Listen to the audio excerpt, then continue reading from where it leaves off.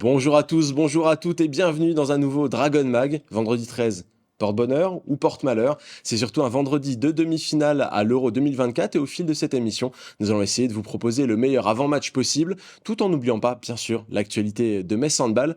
Pour cela, j'ai le plaisir d'accueillir mon chroniqueur du jour, il s'agit de Rémi Alésine de l'Ami Hebdo. Comment ça va Rémi? Salut Mathieu, ça va super. Petit t-shirt blanc, simple, efficace, on est prêt pour une émission de 26 minutes. Exactement, sobriété. Bon, on va pas traîner, on passe tout de suite à la première mi-temps.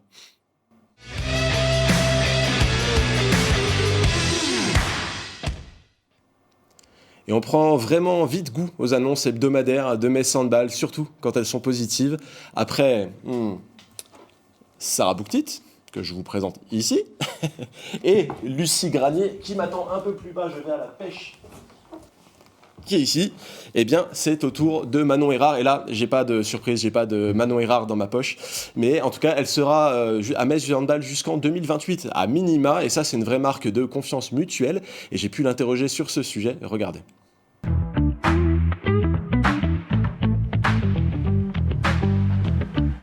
Je suis super contente en vrai, signer son premier contrat pro dans son club formateur, c'est un signe vraiment de confiance du club et je suis super contente parce que 3 ans c'est quand même long donc voilà, et ça prouve aussi que on peut signer pro chez Metz Handball alors qu'on sort du centre de formation et ça c'est super.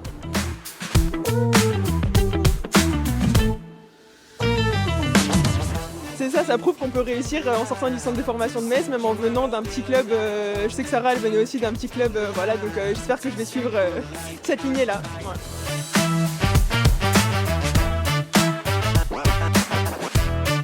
Ouais. 3 ans, c'est long, donc forcément, je viens de 3 années, je pense que je vais vraiment progresser, surtout à Metz Handball, un club travailleur, exigeant. Je pouvais pas rêver mieux.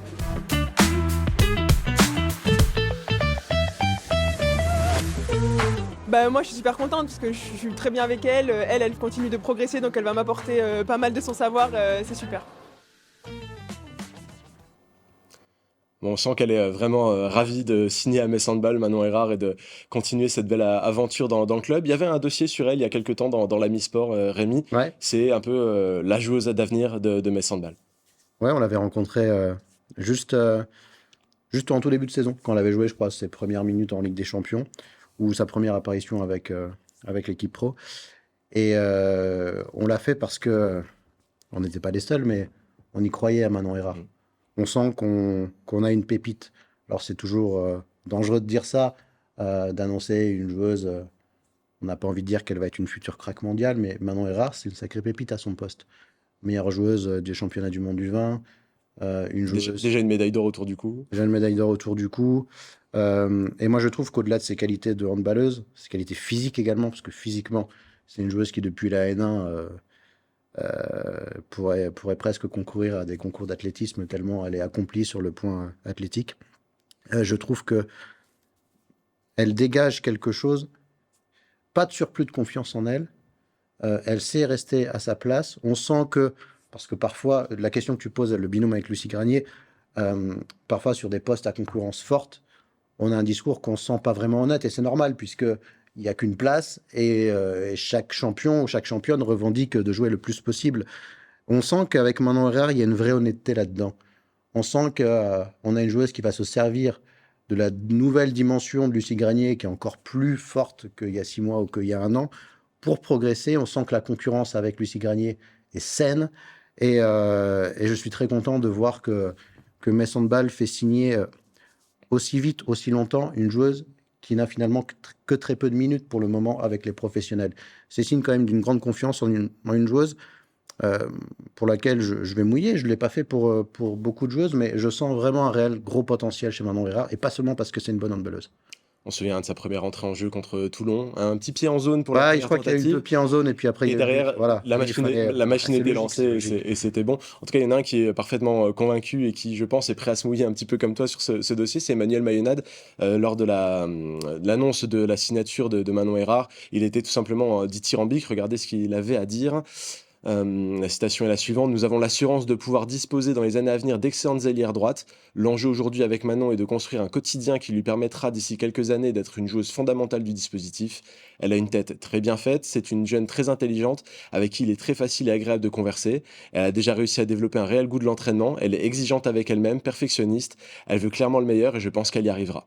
Rémi, qu'est-ce que ça t'évoque cette citation de Manon Ménez? On l'a rarement quand même entendu aussi positif à 200% sur une jeune joueuse.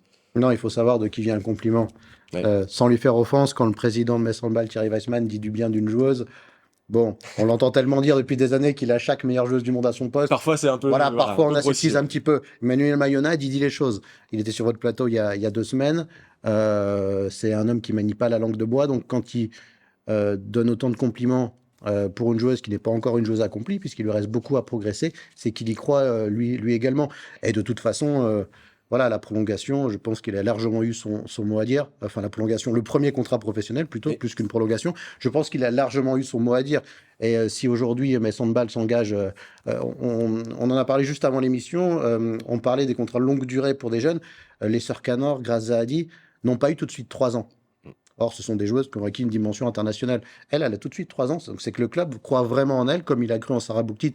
Moi, je pense qu'il a eu largement raison de le Et faire. le club aurait pu dire on attend la fin de saison pour voir ce qu'il en est exactement, avec ce statut toujours de membre du centre de formation. Ouais, Là, ils ouais. ont décidé de dire ok, on est en décembre, c'est parti, on signe déjà. Donc c'est aussi une grosse marque de confiance. Après, moi je vais peut-être me tromper, mais moi, je pense, Mathieu, qu'on est en train de basculer. Le handball est en train de basculer. Et je pense que dans pas longtemps, on va avoir des rachats d'années de contrat. Ça J'en commence. suis persuadé. Et je pense que Metz Handball a raison de se préparer. Je pense qu'une joueuse comme un horaire, peut-être que dans 2 ans, un gros club voudra venir la débaucher. Et s'il veut le faire, il faudra qu'il lâche une enveloppe de plusieurs centaines de milliers d'euros, j'imagine, à Metz Handball. Je pense qu'on tend vers ça. Peut-être que je me trompe, hein, mais j'ai l'impression que le 1 plus 1 plus 1 plus 1 va être un petit peu de moins en moins fréquent parce que les clubs vont vouloir blinder les joueuses et vont vouloir, au cas où une grosse écurie veut débaucher une joueuse, s'assurer au moins une grosse enveloppe financière. C'est ce qu'on a vu avec Anna Viekirieva pour Ouais. Brest, qui est partie de Vipers avec une très belle manne financière. Metz Handball, dans une certaine mesure, le statut de Petra Vamos, c'était aussi une histoire de contrat racheté. Et il va y en avoir de plus en plus. Emmanuel Ménez, justement, qui était à ta place, nous disait que Sarah Bouktit avait une clause dans son contrat de départ si un club venait à la payer. Et c'est aussi pour ça qu'elle a été prolongée aussitôt. Donc, effectivement, on est en train de basculer dans cette ère-là. Et je te propose qu'on jette un œil au contrat déjà existant du côté de Metz Handball parce que, eh bien, il y a un excellent socle pour l'avenir. Alors, il y a 3 joueuses qui sont en contrat jusqu'en 2026, Mia Burkic, Zoe Vizmeret et Anne-Emmanuelle Augustine. Et derrière ça, et ça c'est assez exceptionnel, eh bien, il y a un beau groupe pour 2027, Sarah Bouktit, Chloé Valentini, Petra Vamos, Tyra Axner, Laura Flip, Lucie Granier, et désormais il y a aussi Manon Erard jusqu'en 2028. Rémi, c'est pas anodin. Par le passé, c'était, tu l'as dit, des 1 plus 1. Ça y est, Metz Handball a passé un nouveau cap avec des contrats de 3 ans pour des nouvelles joueuses, des prolongations qui se font très très tôt, et Metz Handball est vraiment en train de verrouiller son avenir pour plus perdre ses pépites aussi. Bah, on avait tous des mois de décembre assez angoissants. Ouais. En attendant finalement que quasiment toutes les joueuses de l'effectif prolongent ou ne prolongent pas, annoncent ou n'annoncent pas un départ. L'hiver prochain va être relativement tranquille. Il manque une gardienne pour 2027. Il n'y aura pas de prolongation à attendre pour des joueuses comme Valentini, comme Bouktit, comme Lucie Granier. Voilà, et ce sont des joueuses qui bah, on le voit lors de l'Euro qui est en cours, qui sont déterminantes sur le plan international. Laura Flip aussi, que j'aurais pu citer dans cette liste-là. Ouais. Donc, on est en train d'évoluer. Le club grandit en même temps que le sport. Donc, est-ce que c'est vertueux, ça? Voilà, ça je ne sais pas, mais en tout cas, c'est beaucoup plus sécurisant pour le club. Malgré tout, le bémol que je pose, ce que je te disais tout à l'heure, c'est que ça ne va plus forcément être une garantie de voir ces joueuses rester jusqu'en 2026. Ça va simplement sécuriser le club. Voilà, ça va. Je pense qu'on tend vers un système qui sera comparable à celui qu'on a en football aujourd'hui. Avec des sommes nettement différentes, bien évidemment. Ouais. En tout cas, j'ai sous les yeux aussi la liste des joueuses dont on ne connaît pas encore l'avenir, mais elle commence à se réduire, cette petite liste. Il y a Léna Granvaux, qui nous avait dit qu'elle était déjà en discussion avec le club, et ça progresse de ce côté-là. Mélanie Alter, qui est prêtée en Hongrie, à savoir si elle reviendra un jour ou non à Metz Handball. Zaliatam Lamali, dont on ne connaît pas le statut exact non plus sur l'aile. Anne-Mette Hansen, qui a fait des belles choses, on va en reparler tout à l'heure à l'Euro. Jas Chambertin, Emma Jacques et Camille Depuiset qui se dirige plutôt vers un départ, c'est ce qui avait été annoncé par Thierry Weisman suite à la situation à 3 gardiennes. Et puis les cas particuliers d'Alison Pinault et Cléopâtre Darleux qui se dirigent en l'occurrence plus vers une retraite qu'autre chose, même si Cléopâtre Darleux, certains verraient bien Messandball aligner les arguments pour essayer de la garder un peu plus longtemps. Et puis il nous restera un cas particulier, celui d'Emmanuel Mayonade. Il nous a répondu sur ce plateau il n'y a pas si longtemps qu'il attendait un bon restaurant avec le président pour négocier, donc on va attendre ça. Non mais voilà pourquoi elle lui prolonge d'1 an à chaque fois, c'est pour se faire un restaurant. C'est pour le restaurant. Voilà, c'est tout simplement pour ça. Non mais on espère évidemment parce que toutes joueuses ont leur importance, mais la clé de cette équipe depuis 9 ans, 10 ans, c'est son coach. Voilà. On ne compte plus les joueuses qui s'engagent à Messandball, qu'elles soient confirmées, qu'elles soient en début de carrière, parce qu'elles savent qu'elles ont un entraîneur qui va les faire progresser et qui va maximiser la valeur de ce collectif-là. Donc voilà, on ne va pas jeter des fleurs encore plus sur Emmanuel Mayonade, mais bon, c'est la clé de voûte de cette équipe. Alors Messandball n'a pas attendu Emmanuel Mayonade pour exister, mais Messandball l'a attendu pour devenir l'un des meilleurs clubs d'Europe. Il ne l'a pas fait tout seul, mais bon, son savoir-faire quand même, il est assez incroyable. Et alors j'ai regardé l'émission il y a 2 semaines. Bon, allez, on peut deviner que si le resto est bon... Tu poses des paris, là, ça y est. On peut deviner... Je sais pas, c'est une petite analyse, j'ai pas d'infos, mais on peut deviner que si le resto est bon et qu'il n'y a pas d'indigestion, ça devrait bien se passer. Voilà, j'espère en tout cas. En décembre 2025, il fêterait ses 10 ans à la tête de l'équipe. Ouais. C'est plutôt pas mal. Et comme je lui avais dit quand il était ici, ça coïnciderait avec les 60 ans du club également. Ça fait des beaux petits anniversaires qu'on a envie de fêter. Ouais, on prend. Au moins une année supplémentaire, on n'aura aucun problème avec ça.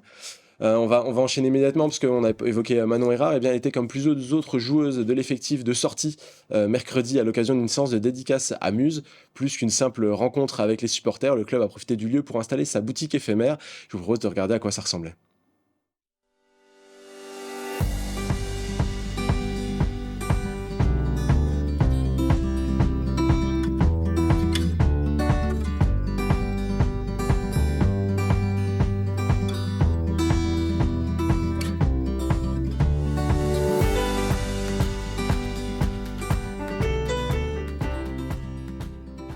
Mercredi, une partie des Dragons retrouvait son public le temps d'une séance de dédicace organisée à Muse. C'est au cœur du centre commercial du quartier amphithéâtre que Messandball a choisi d'installer sa boutique éphémère avant les fêtes. Une opération qui est le fruit d'un partenariat avec l'association Sablon Amphimess. Donc ça s'est fait naturellement. On a créé donc l'association de quartier Sablon Amphimess au mois d'août cette année. Notre premier projet, c'était de lancer une braderie. Messandball a participé. Et on a voulu créer d'autres projets, un projet de plus grosse envergure, forcément pendant les fêtes de Noël, et de le faire au centre Muse, devant Primark. Ça s'est vite imposé comme une évidence. Et l'idée a stimulé tout le monde. Et aujourd'hui, c'est une belle réussite pour cette première journée. Les bonnes personnes se rencontrent, ça crée une synergie et tout le monde est gagnant, les visiteurs, le club, Muse. Et c'est ça qui est important aujourd'hui et c'est notre objectif. Au programme, du jaune et du bleu comme on n'en avait pas vu depuis le dernier match à domicile et des rencontres avec Jazz Chambertin, Emma Jacques, Manon Errard et Cléopâtre Darleux. Pour les supporters, le plaisir était au rendez-vous. C'est bien et ça fait reconnaître les filles, enfin. De les voir en dehors du terrain, c'est bien aussi. Donc elles sont super agréables en plus, donc c'est top. J'aime bien les dragons et moi aussi je fais du hand, du coup j'aime beaucoup. C'est super bien, moi j'aime trop parce que du coup je suis depuis 2 ans à peu près, je joue depuis 2 ans aussi et je trouve ça trop bien d'avoir du contact avec les joueuses et de pouvoir aussi parler d'égal à égal à peu près. Je vois qu'il y a un beau maillot de Cléopâtre Darleux sur les épaules, c'est une chose qu'il fallait absolument rencontrer. Oui, c'est la plus incroyable de toutes pour moi. Après en étant gardienne c'est un exemple aussi, c'est une légende. À en croire la principale intéressée, le plaisir était tout à fait partagé et l'opération a été un franc succès. C'est des moments de partage, de convivialité, des moments où on a un peu plus le temps de discuter avec les supporters. Donc c'est des moments privilégiés, je trouve, et qui sont aussi hyper importants pour le club et pour leur donner aussi envie de venir nous voir dès le 4 janvier. Il y en a certains qui étaient déjà venus te voir il y a quelques années en arrière, ils sont Ouais. venus avec quelques dossiers, ça fait pas bizarre un peu ça? Ouais, c'est clair, des dossiers, je leur ai dit, bon, bah, garde ces photos, les autres, tu les mets au placard. Mais non, ça fait vraiment plaisir, même des gens qui ont acheté des maillots, qui pensaient pas que j'allais forcément être ici. Donc, il y a toujours des petits mots sympas, donc c'est vrai que c'est hyper touchant. Moi, ça me fait trop plaisir de rencontrer autant de monde. Bon, Rémi, qu'est-ce que ça t'évoque, ces séances de dédicaces, ces rencontres avec Metz Handball, une boutique Amuse donc, qui sort un petit peu des murs des arènes? La popularité du club semble être au beau fixe. Ouais, puis moi, je suis toujours content quand je vois, bah, en l'occurrence, c'était des jeunes filles, mais des enfants qui vont au match, qui se passionnent pour ces joueuses-là. Je me pose toujours la question de savoir comment ils sont entrés la première fois aux arènes. Alors, c'est souvent des histoires de famille, c'est des parents qui amènent. Est-ce qu'ils ont vu l'équipe de France à la télévision qui avec, alors non seulement avec ses résultats, mais surtout avec le sourire et ce que véhiculent les joueuses. T'embarques dans cette salle de handball parce que de prime abord, tu vas pas forcément voir un match de handball parce que tu aimes le sport en tant que tel. Tu vas le voir parce que tu aimes les histoires que tu as vues à la télé ou parce que les histoires que tes parents t'ont racontées. Et Metz Handball arrive clairement à jouer là-dessus. C'est-à-dire que voilà, on va voir le match de handball, certes, mais on va avoir une belle ambiance et on va voir des joueuses qu'à un moment dans l'année, on pourra aller rencontrer. Et ça, c'est super important. Regardez, une fille comme Cléopâtre Darleux, là, qui répond à cette question-là, c'est une athlète qui, depuis 10 ans, dépasse les frontières du handball. C'est-à-dire qu'on l'a vu à la une de l'équipe, on l'a vu se positionner sur plusieurs faits de société ou des faits de sport. Et elle est aujourd'hui avec une grosse expérience à Metz Handball. Et elle joue le jeu de l'interview, de l'autographe, de la boutique éphémère, sans se poser de questions et avec énormément de naturel. Et ça, je trouve que c'est surprenant parce que autant ça pouvait apparaître logique, et il y a 25 ans, il y a un quart de siècle, quand il n'y avait pas grand monde, enfin il y en avait, hein, moi j'en faisais partie, et il y en a qui sont toujours aux arènes aujourd'hui, mais il n'y avait pas un tel engouement autour des handballeuses de Metz Handball. On pouvait dire, bah oui, elles ont une fenêtre, elles vont goûter à la popularité. Là, bah, peut-être qu'elles ont autre chose à faire, mais elles y vont avec le sourire. Elles jouent là-dessus, et elles ont compris que pour que ce sport grandisse encore, pour que des télés nationales mettent enfin un peu d'argent pour diffuser tous les matchs de handball, il fallait jouer ce jeu-là aussi. Et en tout cas, le public, il y a un vrai renouvellement, parce qu'on a souvent pensé le public des arènes un petit peu vieux, un petit peu silencieux. C'est en partie vrai. Alors, premièrement, il faut respecter ce public-là aussi, parce qu'il a le droit d'être là et de regarder le handball qu'il a envie de voir et de la manière avec laquelle il a envie de le voir. Et ce sont souvent des gens qui connaissent très bien le handball. Mais le public de handball, bah, c'est aussi celui-là. Ce sont des gamins qui ont entre 7 et 15 ans et qui découvrent ça, qui ont envie de faire du bruit. Ce sont de nouveaux groupes de supporters. On a vu qu'il y en avait un nouveau aujourd'hui, qui viennent animer un petit peu plus les arènes. Voilà, moi j'ai l'habitude de dire qu'il n'y a pas de hiérarchie chez les supporters. On a le droit de faire du bruit, de ne pas en faire. On a le droit de s'y connaître en handball ou de ne pas s'y connaître. On a le droit d'y aller parce qu'on aime que les joueurs soient sympas ou parce qu'on est passionné de tactique de handball. En tous les cas, je trouve que Metz Handball arrive bien à mélanger ça, et c'est en faisant ce type de choses qu'on fidélise le public. C'est peut-être ça aussi la beauté de ce sport, Ouais. il y a de la place pour tout le monde finalement. Ouais, puis moi, je vois. Il n'y a pas de Non, mais- distinction. parce que je vois trop souvent, Mathieu, en fait, de rivalité. Oui. De gens qui disent, bah lui, c'est pas un vrai supporter parce qu'il applaudit pas. Parce qu'il n'est pas là depuis si longtemps. Parce que celui-là, il n'a pas connu le palais des sports. Non, tout le monde a le droit de venir, tout le monde a le droit de s'enthousiasmer pour les raisons qui sont les siennes. Et tout le monde a. Voilà, moi, je hiérarchise pas, moi, les supporters de Metz Handball. Et je trouve que le club a la force de pas le faire. Voilà. Et la chance qu'on peut avoir avec ce club, c'est qu'à la fin, tout le monde applaudit en même temps. Et ça, c'est assez fédérateur en général. Ouais, même si bon, c'est vrai que des fois, moi je suis le premier à le dire, hein, quand je suis aux arènes, que l'équipe est en difficulté, qu'il n'y a pas assez de bruit dans la salle, et je vois Thibaut qui s'acharne, je dis, ouais, il n'est pas aidé le pauvre parce que tout le monde est un peu pétrifié. Ouais, c'est comme ça, il faut faire avec, mais en tout cas, le public de Metz Handball est quand même assez respectable, parce que 3500, 4000 personnes quasiment chaque week-end aux arènes pour voir du handball féminin, c'est pas si évident que ça. On aura hâte de retrouver ça. D'ailleurs, ce sera le 4 janvier, la réception de Dijon. Et ça commence à dater le handball aux arènes. Donc, Ouais. voilà. En tout cas, pour le moment, du côté de la boutique éphémère et des séances de dédicaces, ça ne s'arrête pas. Après Camille Depuiset, Anne-Emmanuelle Augustine, Alison Pineux, Aliat Amlamali, qui étaient ce vendredi également à la boutique éphémère, eh bien, ce sera Emmanuel Maenad et Katia Andriouchina qui se prêteront au jeu des dédicaces. Cette fois, ce sera aux arènes, dans la boutique habituelle. Ce sera mercredi de 14h30 à 15h30. C'est une bonne occasion d'aller les rencontrer, d'aller discuter de tout ça. On va continuer à parler de handball et de l'équipe de France, notamment avec l'Euro 2024 à présent. C'est le début de la deuxième mi-temps.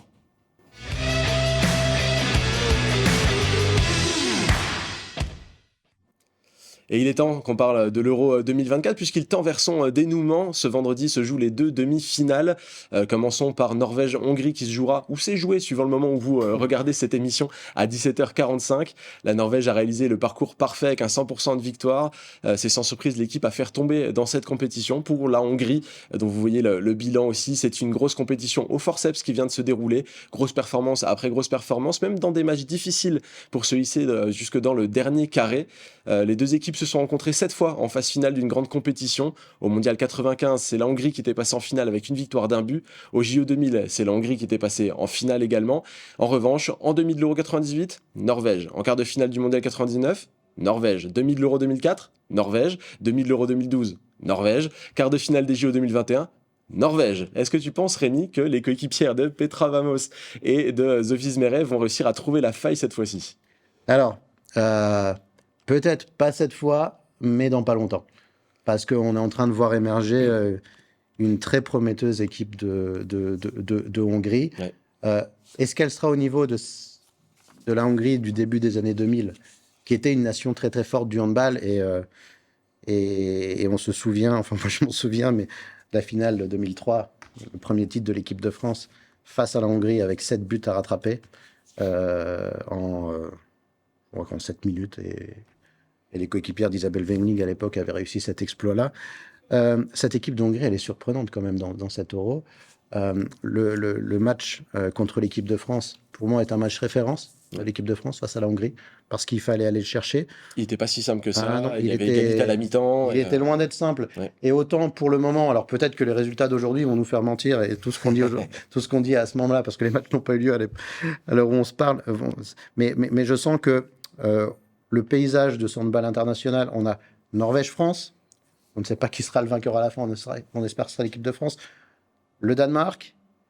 Et derrière, on a peut-être la Hongrie qui commence à émerger un petit peu. Peut-être qui passe devant la Suède. Enfin voilà. La Suède, justement, qui Voilà. a fait un Euro un petit peu décevant. Voilà, On les attendait dans le dernier carré et finalement, voilà. c'est la Hongrie qui sort. Ce sont elles, normalement, qui sont dans ce peloton, dans ces quatre équipes. Donc, ouais, une Hongrie hyper prometteuse. Et puis, parmi les pépites hongroises, il y en a une qu'on connaît bien, hein, qui est aussi un Metz Handball, progresse match après match et prend petit à petit aussi les clés de cette équipe de Hongrie. La gardienne de la sélection hongroise, elle est pas mal non plus. Ouais, on la connaît bien. Ouais, on la connaît bien aussi. Elle pourrait, en tout cas, si on pouvait avoir des doutes en cas de méforme de Cléopâtre Darleux, et aussi parce qu'à un moment donné, il faut bien faire tourner à ce poste-là, on a une gardienne qui a le niveau international, hein, et qui en Ligue des Champions pourra, et en championnat également, mais je pense surtout à la Ligue des Champions, pourra aussi sortir de grands arrêts lors de grands matchs. Voilà. Donc, ouais, là, cette équipe de Hongrie, alors qu'il n'a pas dit son dernier mot, j'imagine, contre la Norvège, mais on a quand même une Norvège hyper impressionnante. Hein. Elle va pas être simple à aller chercher cette équipe de Norvège. C'est la dernière compétition de Tori Regarisson qui continue de s'appuyer sur une petite machine à but qui s'appelle Eni Reichstadt, Ouais. et une petite jeune, Catherine Lunde, 3 fois rien. Mais bon, on va surveiller ça de très près. On va surtout parler de la deuxième demi-finale à présent, puisque c'est la France qui sera opposée au Danemark. La France qui réalise un Euro parfait pour la première compétition de Sébastien Gardillou. Invaincue, malgré des rotations et des choix tactiques variés, les Bleus, eh bien, elle compte bien se qualifier en finale ce vendredi, continuer la bonne série des finales pour les championnes du monde. Pour le Danemark, c'est un peu plus dur. Il a fallu se qualifier lors du tout dernier match du tour principal, avec un choc face aux Pays-Bas. On attendra d'ailleurs la perf d'Anne-Mette Hansen lors de ce match. 7 sur 9 au tir, c'est pas rien. Et petit stat bonus, la dernière fois que la France et le Danemark se sont rencontrés en demi-finale, c'était sur la scène mondiale en 2021, et les Bleus l'avaient emporté d'1 seul but. La fois précédente, c'était 2011, dans un mondial toujours, et une victoire de 5 buts pour les Françaises. Ascendant psychologique? Ou avantage équipe de France, mais attention, parce que l'équipe de France n'a pas encore eu le match coup près. Ouais. Alors, ça veut dire que tu as fait un excellent Euro et que tu es vaincu finalement. Mais le Danemark l'a eu contre les Pays-Bas. C'était une petite finale dans cette partie de tableau. Ce qui manque aussi dans cet Euro, c'est un quart de finale finalement qui viendrait aussi remettre une petite dose de... Ouais, moi je suis complètement de ton avis, parce qu'à partir du moment où on a une équipe de France et une équipe de Norvège qui marche sur tous leurs adversaires pour le moment, c'est vrai qu'à la fin c'est compliqué de trouver beaucoup d'intérêt, et un petit quart de finale, ce serait pas plus mal. Mais une équipe du Danemark, on est malheureux pour elle, mais on est content qu'on n'ait pas Louise Burgard en face de nous. Oui, voilà. c'est sûr. Mais on aura une Anne-Mette Hansen qui n'a pas l'habitude finalement d'être une scoreuse à ce point avec Metz. Ouais. Mais en tout cas, en équipe nationale, Mais c'est en autre équipe chose. nationale, C'est la meilleure buteuse hein, Ouais, ouais. de l'équipe du Danemark. J'ai la stat sous les yeux, 28 réalisations en 45 tirs. Ça dit quelque chose aussi de son implication dans son équipe. donc moi, je pense qu'il y a un petit avantage de l'équipe de France. Ce que tu as dit avant m'a surpris un petit peu. Je pensais qu'on les avait rencontrés un peu plus souvent. Là, c'est les phases finales. Hein. C'est vraiment Ouais. la stat des phases finales que j'ai pris. Sinon, j'en avais pour un peu plus longtemps dans Ouais. mon monologue. Rémi, il faut quand même me laisser Ouais, respirer. bon. Mais voilà, après, on va pas se cacher non plus. L'équipe de France est favorite contre le Danemark. Les deux nations qui se détachent, ce sont la France et la Norvège. Moi, j'attends impatiemment si elle doit avoir lieu cette finale. La crainte que j'ai, c'est que c'est la finale des Jeux Olympiques, Ouais. qui avait été un match finalement à sens unique. Et on avait senti l'équipe de France à ce moment-là incapable de rivaliser avec la Norvège. Alors j'espère que si il devait y avoir un France-Norvège en finale, il ne ressemblera pas à la finale de ces Jeux Olympiques. Mais voilà, en tout cas, on a une équipe de France qui est largement présente au rendez-vous, qui, à mon sens, monte en puissance et meilleur match après match. Et une équipe du Danemark qui a su gagner le match qu'il fallait contre les Pays-Bas, ce qui n'était pas rien, parce que les Pays-Bas semblaient quand même en être gain de forme par rapport à ce qu'elle faisait ces dernières années. Donc voilà, espérons qu'Anne Mette-Hansen reviendra un petit peu plus tôt que prévu à Metz. Et de toute façon, elle sera en forme pour la fin de la saison. Elle sera en forme, en tout cas, elle a pris de la confiance de cette compétition. En tout cas, je sais que des supporters messins sont à Vienne. On va essayer de les apercevoir et entendre sur la retransmission télé. Je rappelle le programme, hein, Hongrie-Norvège, 17h45. Si vous regardez cette émission à l'antenne à l'heure habituelle sur Moselle TV, vous avez déjà loupé le match. Et France-Danemark, c'est à 20h30. Celui-là, vous pouvez encore le retrouver. On vient de vous faire l'avant-match parfait. Pour le moment, il est temps de refermer ce Dragon Mag. Rémi, merci d'avoir été présent Avec sur le plaisir. plateau avec tes deux nouvelles camarades derrière dans le Ouais. décor. On se retrouve en tout cas la semaine prochaine. Ce sera une édition spéciale avec plusieurs supporters autour de la table. Ce sera notre bilan de l'année, le bilan de l'Euro et le dernier Dragon Mag de 2024. Ne manquez pas ça. C'est vendredi prochain à 19h sur Moselle TV.